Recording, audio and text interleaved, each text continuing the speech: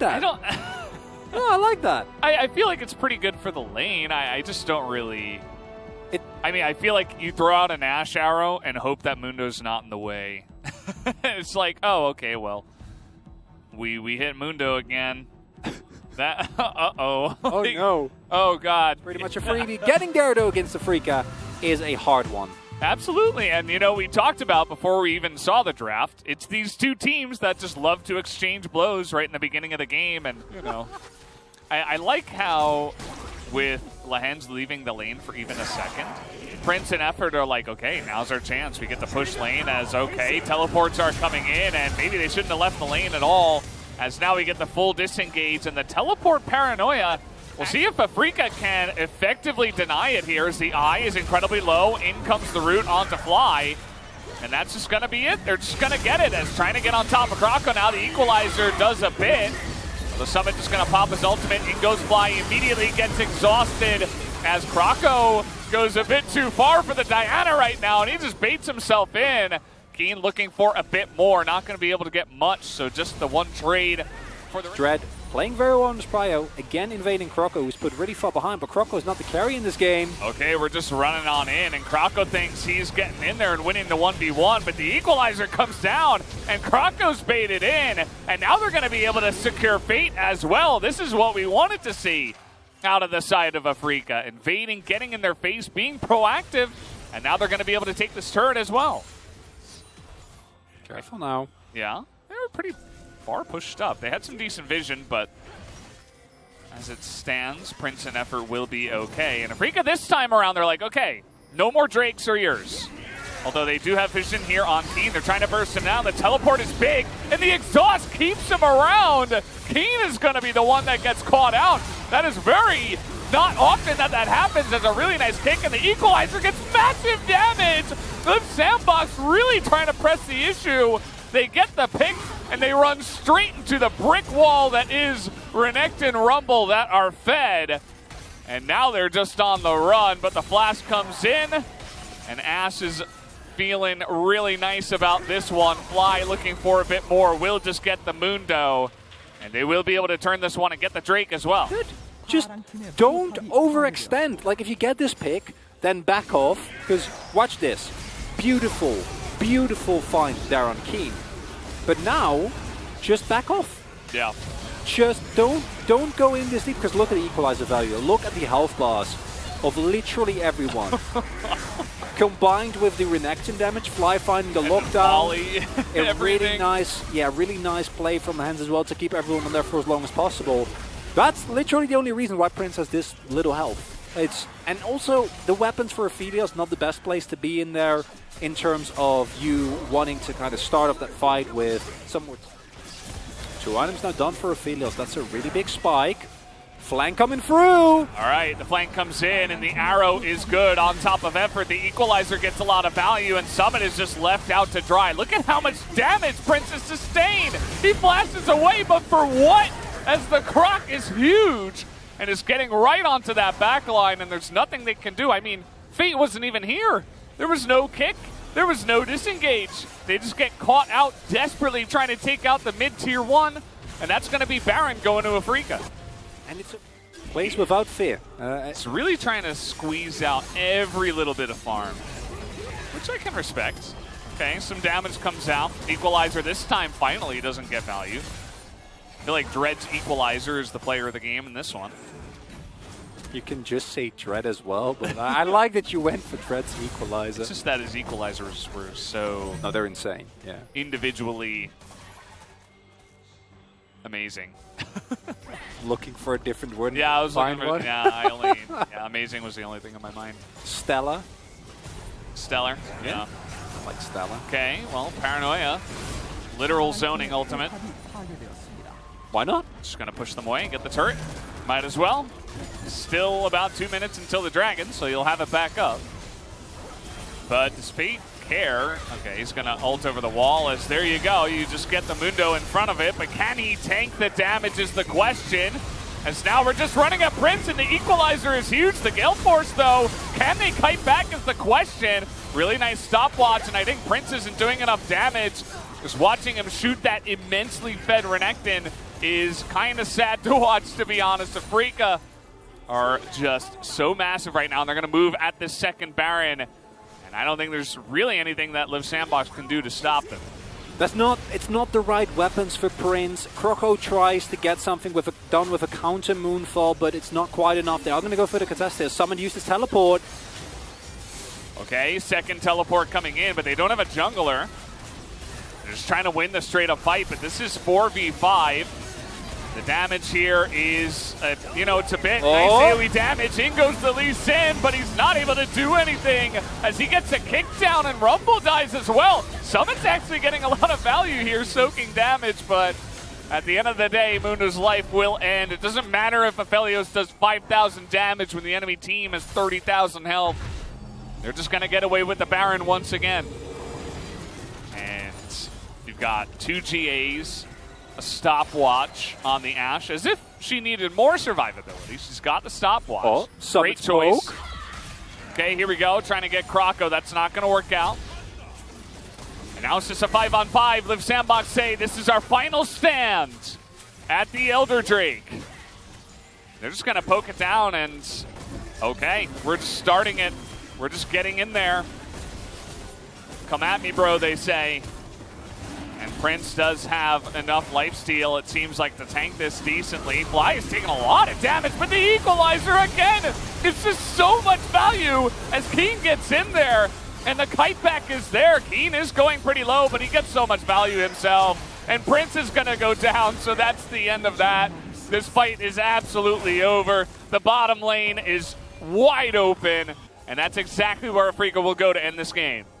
About as clean as possible from Afrika. They never give Liv Sandbox the opportunity to come back in this game. They play it slow, they play it steady, they consecutively find the right place, are able to snowball their lead to the point where even with a theoretical perfect moment for Liv Sandbox, it's not going to matter. The wallets are too heavy. Yeah, they're just smacking them now. That's going to be the end of that. Liv Sandbox, it's too late in the game. Good timing, I suppose, on the flash. But that is it. Double kill comes in, and Afrika will take the extremely dominant game number 1 victory here as they take it down, slow and steady, 36 minutes, and they say, if you did the most damage. That's the build you gotta build, guys. Oh, go for Wit's End, Phantom Dancer, Stopwatch, Barrage, and then you have the Equalizer and the Piercing Arrow over the top. And if you want to engage off of the back of that, you have some decent options with the Leona and the Set. You don't have, ultimate button pressers like a Nocturne to just kind of... Loving this draft from Afrika, and they played game 1 out very clean. Liv Sandbox, way too many mistakes, not really playing according to the team composition. And instead of saying, we're going to switch up our playstyle, they say, we'll just go for a comp that can do that, okay? And if that's going to work...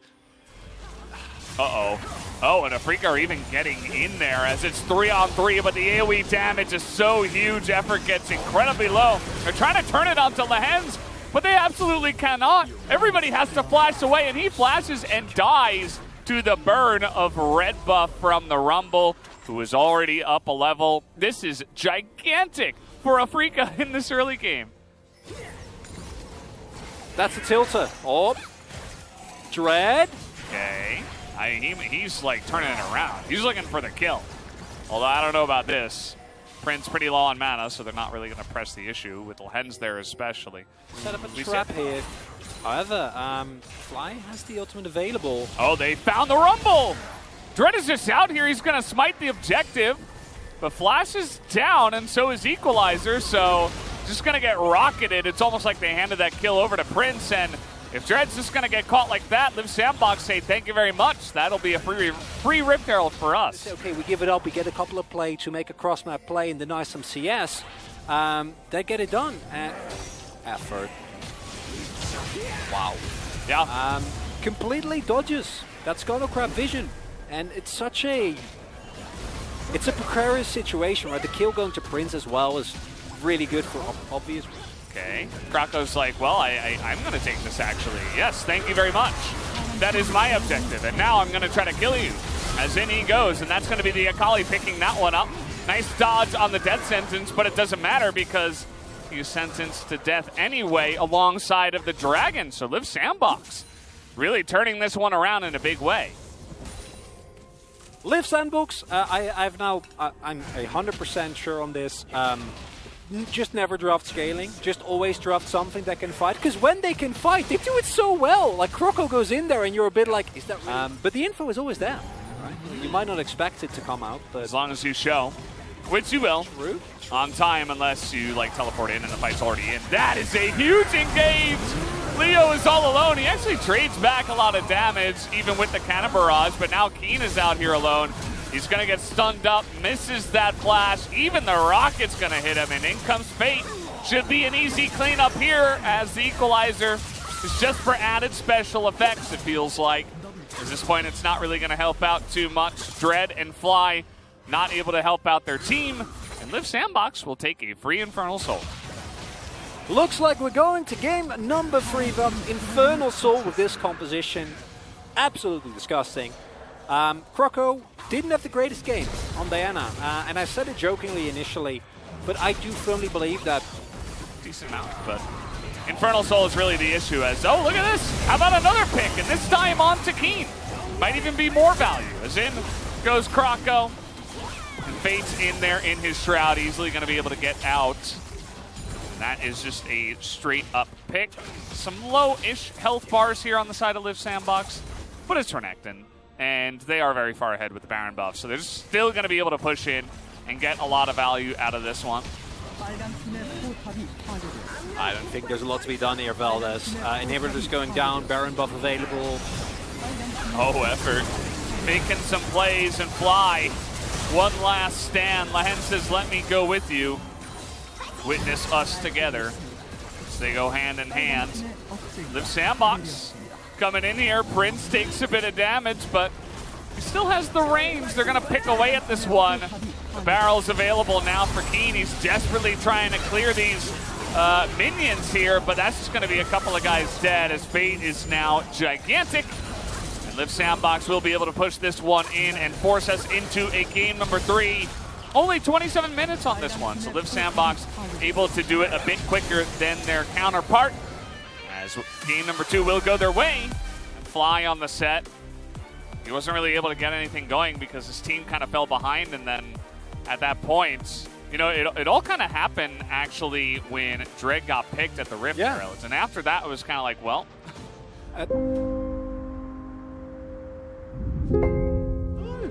No, I don't think it would have been that good, but it wouldn't have been bad. True. Ooh, Dred's going to play the Gwen again. Okay. I would have preferred it the other way.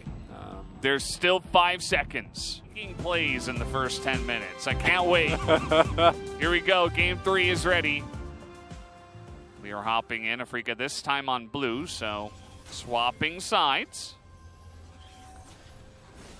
Let's see if they can damage it fast enough. That's going to be the denial there onto Dread.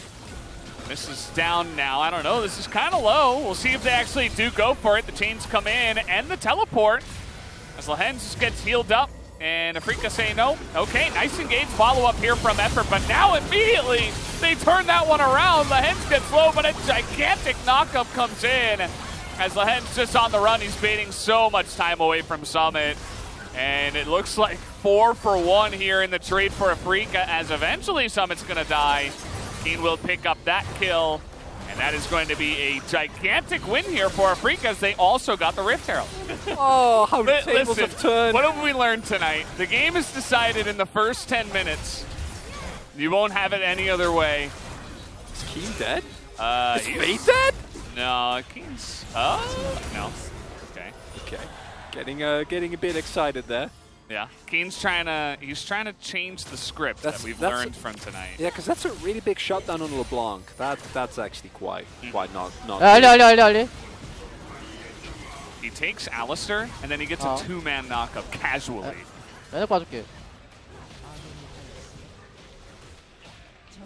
As it turns out, Keen's a really good player, Valdes. No, that is Viego in action, and Fresh those wards, and there we go! They found a pick, they go in onto Fly, as Fate will not be denied, even flashes in. Oh, Fly. Oh, not again. Although this time we have a lot more help coming in. We got teleports, we got Leona, and now they're going to be able to dive on a Kroko very easily, and Keen, he scoops up yet another kill. He picks up the Lee Sin as well. He was thinking about continuing there, but with effort showing up as well. 3 minutes ago, and this time the flash is available. Lahan's also in close vicinity. That flash means that the LeBlanc damage is not nearly as threatening as it might otherwise be. And if you have a stopwatch, maybe stay alive for a little bit longer here, but with a Leona and a fed Viego coming in, favorable trade for Afrika. Flash now gone on Kroko.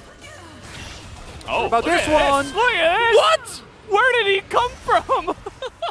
Where did he go? That is the Ninja LeBlanc play.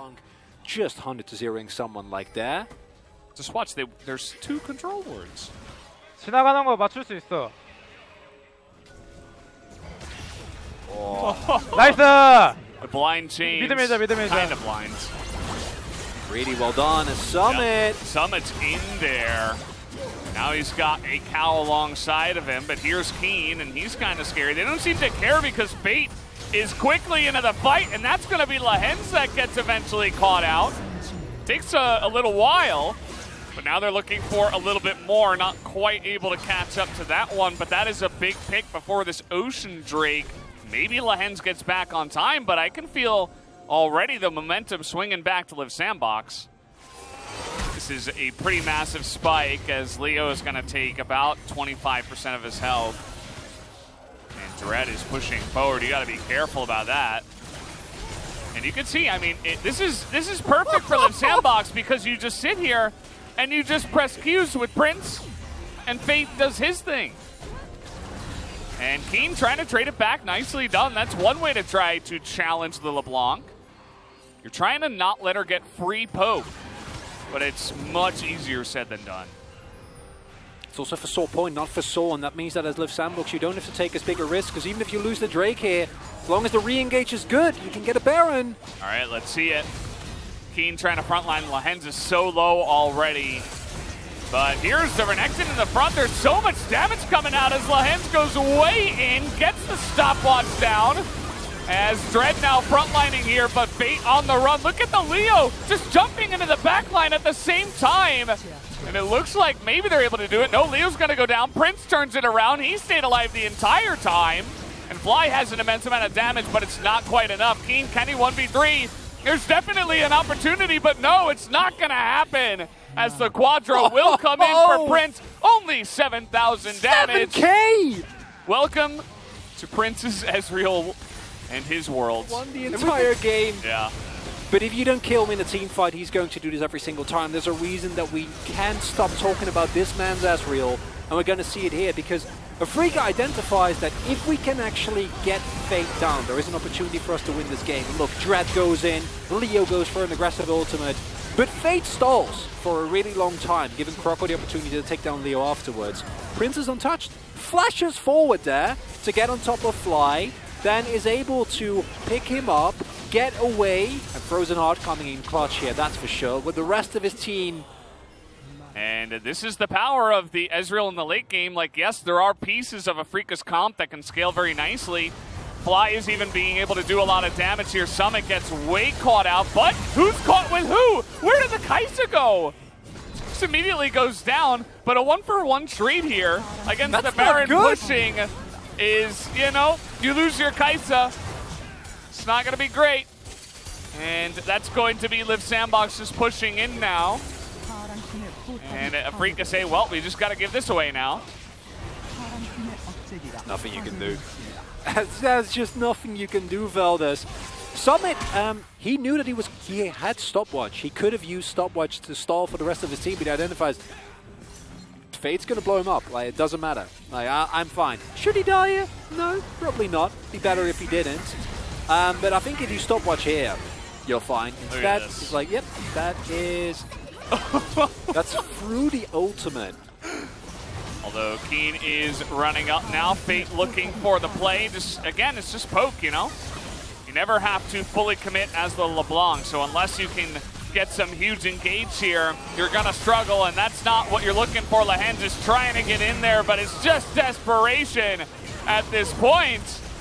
That's okay, you're gonna get the stun down onto effort, break the chain, but you're still down a support, and now you're down 2 inhibitors, and they're just gonna go for the Ocean Soul. Oh, I love it. Play it safe. Don't take a risk into Afrika. No real surprise here. And even the True Shot Barrage for some extra added damage onto Leo. Again, there's really no vision for Afrika, so that's the main issue, outside of the, of course, huge burst damage. Keen now, he is frontlining against Summit, who's just going to go over to his Alistar, and this is a little bit broken, and it's stolen by Dread, who gets in there, and look at this damage. They're trying to take down Fate. They're not quite going to be able to, but the Baron is the first step in the right direction here for Afrika. He's completely fine. However, the fact that Dread gets his ghost use as well, just dashes in and smites it. Didn't even have vision. He just runs in and presses the button. And fun. We still have this really insane Ezreal, right? But the burst damage from the LeBlanc feels a little bit more manageable. It's still very obnoxious, but you know, some more survivability items come online, you know, some Zhonya's complete, some Banshee's Veil, stuff like this. And maybe you can sustain that damage and perhaps you find Prince out of position, or maybe it's Summit and you fight 4v5. There are chances in the very late game, especially with the amount of damage that Afrika also have. That is a massive solar flare. They're getting in there. And look at Summit, he's trying to frontline, but he can't all alone. And Fate's not even here, he's in the river. He's not able to be there for the fight, so Keeney's gonna just get that Zhonya's down, and now Krako's gonna get caught out, and one by one the dominoes are falling, and everybody's got a GA. In goes Fate, he's trying to execute, he quite can't do it there, but so much damage on the backline here as well, as Prince is just backing off, and he's kiting them all. Look at the health bars here on the side of Afrika. They're not enjoying this party very much. Super Waves are going to be pushing in the mid lane as well. Summit's going to back and teleport in. The Elder, even if they get the Elder, the game isn't really over here. And who knows who's going to get it. Oh, the poke. The damage, the TP comes in from Renekton. He's going to join the party fashionably late. In goes Fate, that's a huge amount of burst. And now the front line, they're going in, but Summit immediately gets burst down. And that's the power of the Rhyme. He's going to go the way of Dread. He picks it up again, wins another smite fight, and maybe it's enough. They got to burst down Prince, but they can't quite get onto him. But still, the kick is good enough, and now, oh man. Fate's still alive. What is going on? Fate's going to get it. Okay. All right. It's a 42. Race? The game is not over. Nope, Afrika are not going for it. They have to stop the backs. They have to stop the base. This game is so close. Keen is always threatening. Here we go again. Can Krako win 1 out of 3? Look at the supers in mid lane. They need to respond. Yeah, they can't. They still have Elder buff for 50 seconds. Lift Summers can't fight either. Oh, man. Maybe Afrika just have to force a fight. I don't even know. Well, they have, but can they move in? They just can't. No, they still have Elder. Sandbox. Wait, guys. Did you forget about Elder buff? They're still going in. And, okay, they're trying to burn down effort here. He has to flash away. And no, the health bars are low, but they have Ocean Soul. And it's Lee Sin. Lee Sin can get over the wall. This is a smite fight. It's a flip. Are they going to flip it? He has GA too. They don't want to. Oh, God, this game. Oh, my God. And nothing happens. Nobody takes Baron. The base isn't broken. And we will reset because the Elder buff is gone. It's gone. And it's 5v5 once again. Oh, God. Take it away, Chronicler.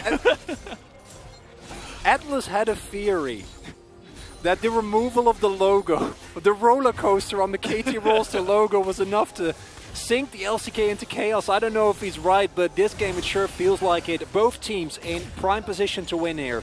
It's going to be the carry potential of Keen and Fly on one hand. Dread also insanely strong at this point with this many items. I mean, the Gwen is pretty insane. Look at him. He's even trying to poke. Fate's not here. He's almost here. It's all execution. He's always Realm moving. up! Oh, okay. Burst down the Baron. And they don't have the vision. They're trying to collapse now, but the damage is too much.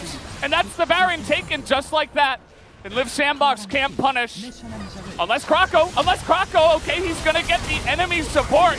And down will go the Leona. And all hell breaks loose here as Gwenin and the Viego are just doing way too much damage, but Prince is still alive. Can they get Prince is really the question. I don't think he can do it all alone at this point, though. Flash over the wall. Can he go for the base? Again, Prince and Fate are here alone, and Prince says, well, I'm just a one-man army. They're just chasing. He's gonna die, right? Right? I mean, okay, well, they're wrapping around. Jonah Strong, he's keeping this info from us.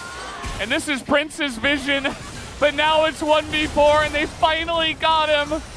The prom king tonight is Viego, and the prom queen is Dread. And that will be the Ezreal going down. Now, are the death timers long enough for them to end the game? With Baron, I feel like it, especially with 58 seconds on Ezreal. I think that should be, it's such an anticlimactic ending, but I think that should be it, Valdez. Afrika have somehow done it. Well, let's see. Let's see. I don't know. 38 seconds. That feels like enough. We got teleports coming in. isn't here. It's a 4v4. That's okay. They got Keen, Dread, Fly, Leo. They're all here. And let's see it. I mean, can they get the damage down? The root isn't there for Summit. No. They have 15 seconds. It's too much time. Baron is pushing in, and I think they have the damage to do it. Big knockups come in, and oh man, Leo nearly dies, but it's only Leo. Everybody else is doing way too much. 49 minutes, and the game finally ends. Afrika will take it down. There was a lot of things to think about after that game, I think, for him. And yeah, this is... These are some numbers. These are some graphs. Thank you very much, guys. This is Jason with the Universe Translation, and Afrika secures the first win of the second round robin, and I'm here joined by Fly Keen for the POG interview.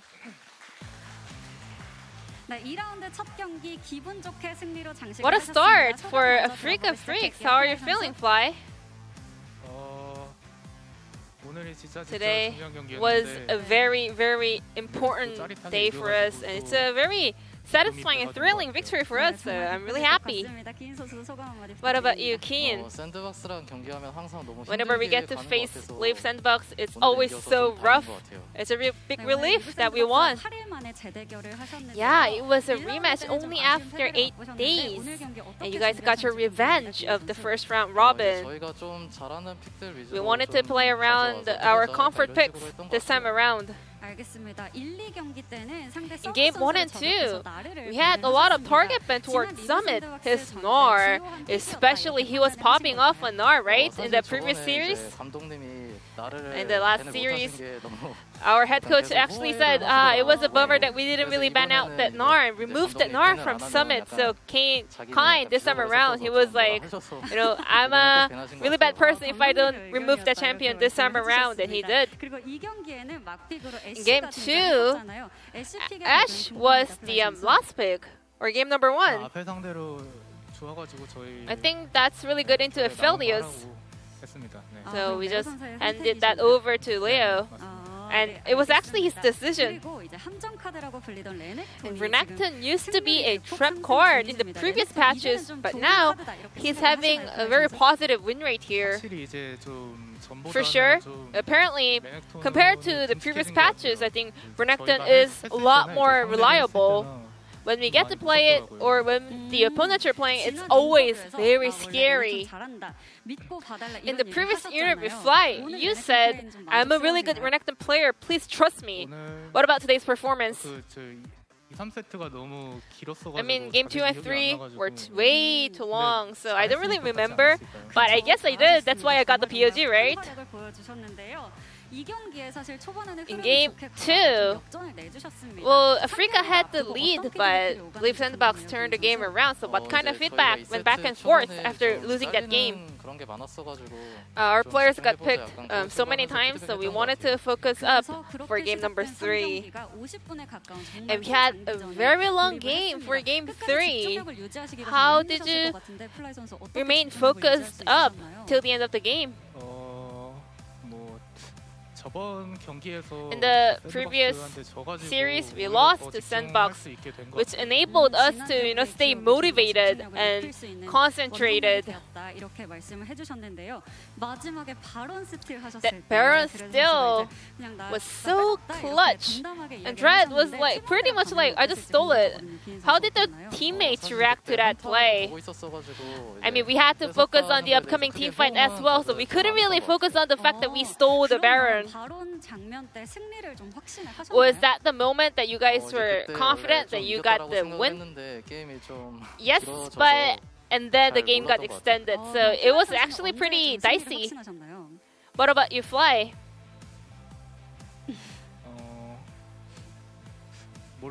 I don't know. The game was too long. So Africa grabs the win number 6 of the split, and your next opponent will be Frederick Brion. I think we have a long days to prepare. We have a long break. So we will bring some new draft for the upcoming series. Yeah, we have to prepare hard. And there was a fan in tears after Africa secured the victory. You guys, had a lot of fans here at the venue as well. Any message over to the fans? You start first.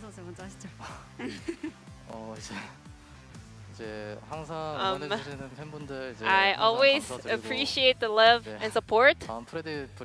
I hope we can keep the momentum and secure the win in the Frederick Brion series as well. Fly, are you ready now? I mean, you don't really need to cry, That was only a win. But I guess that's the amount of love and support you have for our team, so I really appreciate that. Keep supporting us. Thank you. And this will be the end of the interview from Fly Keen from Africa Freaks, and I'm gonna pass it back to our casters. Thank you.